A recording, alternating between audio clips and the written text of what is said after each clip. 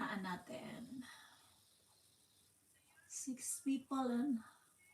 I'm planning to visit Manila, Cebu, Davao, Quezon, Batangas, and Mindanao. Wow.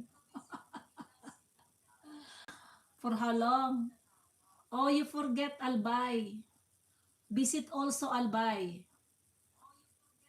Don't forget Albay. You will see the beautiful and perfect cone of Mayon volcano there in Albay.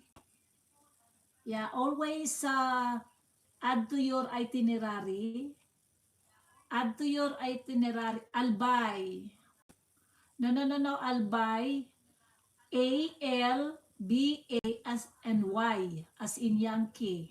Y. Yankee. Okay?